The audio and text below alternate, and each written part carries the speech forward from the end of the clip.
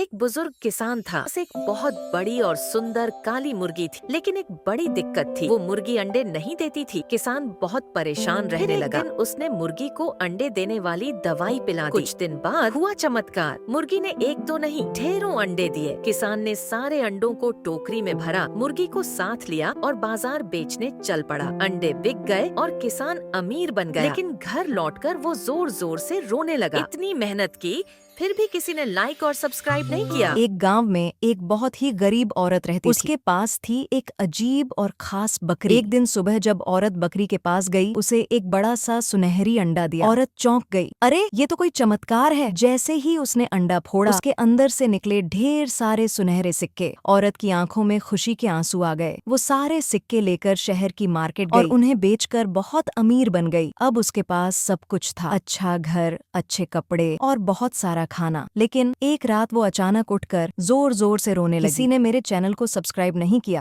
एक बूढ़ी दादी अम्मा, जिनके पास एक बहुत बड़ी और खूबसूरत गाय थी। दादी बहुत गरीब थी। कुछ दिनों बाद वो जादुई गाय दादी के लिए एक चमकता हुआ सुनहरा बीज लेकर आई। दादी ने वो बीज अपने घर के पास जमीन में बो दिया। अगली सुबह एक चमत्कार हुआ। उस बीज से एक पेड़ उग आया, लेकिन ये कोई आम पेड़ नहीं था, ये था एक सुनहरे सेबों का पेड़। दादी ने सारे सेब एक बड़ी सी टोकरी में रखे और अपनी प्यारी गाय के साथ बाजार गई। बिक गए और दादी बन गई अमीर। अब दादी बहुत मॉडर्न हो गई, नए कपड़े, चश्मा और मोबाइल भी ले लिया।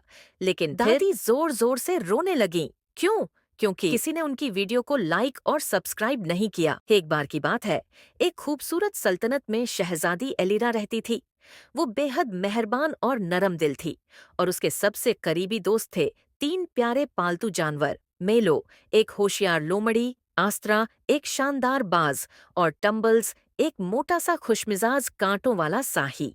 वो हर वक्त शहजादी के साथ रहते, चाहे वो बाग में सैर कर रही हो या महल में जश्न मनाया जा रहा हो। एक शाम जब सूरज की आखिरी किरणें महल की दीवारों पर सुनहरा रंग बिखेर रही थीं, आसमान पर एक काला तूफानी बादल नजर आया।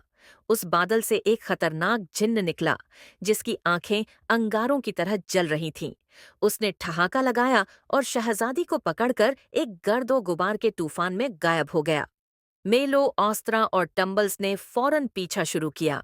मेलो ने जमीन की बू सूंघकर रास्ता ढूंढा।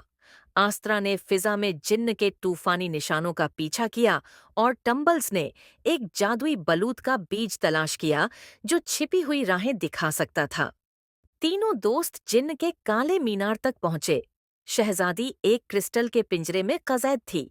मेलो ने अपनी जहानत से फरेबों को चकमा दिया, आस्त्रा ने जिन्न को उलझा दिया और टम्बल्स ने बीज को पिंजरे के नीचे गाड़ दिया। एक सुनहरा दरख्त उगा जिसकी रोशनी ने पिंजरा तोड़ दिया और जिन्न को कमजोर कर दिया। शहजादी आजाद हो गई और अपने बाज के पंजे से पकड़कर फिजा में उड़ गई। जब वो महल वापस पहुंचे तो पूरी सल्तनत ने उन बहादुर जानवरों को सलाम किया।